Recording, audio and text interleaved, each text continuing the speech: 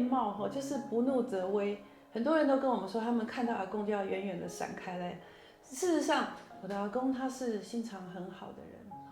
像他跟我们在一起，孙子嘛，我们都是孙子，那我们很喜欢去阿公的房间，或者去他平常坐的那个椅子那边，因为总是会有糖果，所以跟着阿公就会有很多糖果可以吃。那另外，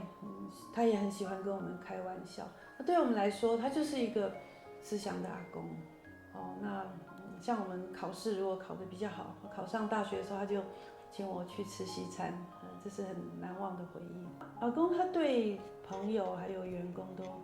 非常的照顾，他是一个很讲义气的人。那像北埔这边有比较贫困的人家，很想读书的年轻人，他会资助他们读书。那另外阿公他也很注重教育。那北埔这边的小孩子，小学毕业以后没有中学可以念，要到竹东去琼林，所以他就把他当时有糖厂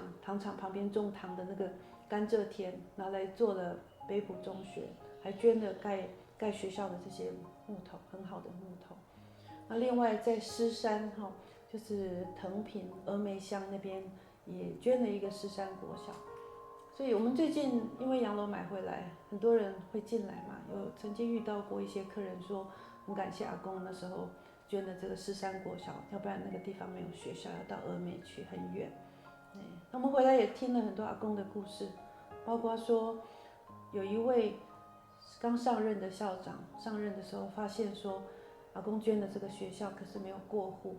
可是那个时候我们已经很落魄，已经破产了。他就想办法筹到一些钱，到台北去找我的阿公，请他签名。阿公居然说捐了就捐了，就签了名，那钱也没有拿。对我来说觉得是很不可思议的事情，因为我们那时候已经很穷困了。那因为阿公很照顾员工，在茶价很不好，就是茶金后来茶土到茶狗屎的时候，那他就是坚持不要解雇员工，他就硬撑着这个工厂。那因为茶工厂人很多嘛，他有8个茶工厂，所以这个人事费用就不得了。所以我觉得阿公有很多特质是很特别的。每天你要花一些时间做一些只有傻子做的事，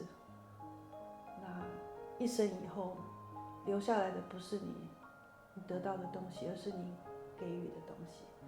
我觉得这句话说得非常好。我觉得阿公就是一个这样的人，因为他过世那么久了，大家还那么怀念他。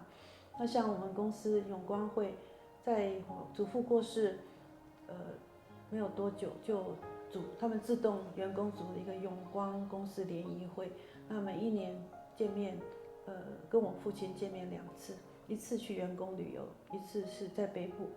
的中秋节过后的第2个礼拜，会在北埔办一个永光会。那通常以前都在餐厅吃完饭照相就结束了。那因为员工的时候大家都失业，因为从前北埔的人大部分都在北埔，都在永光茶厂上班，所以后来失业以后大家就各奔东西，所以有从台中来，从台北来，四面八方来相聚，不见不散。那现在因为洋楼买回来，所以我们永光联谊会就在这个地方办，所以是非常温馨的事情。那还有就是很多老员工已经凋零，他们的后代回来，这也是很特别的事情。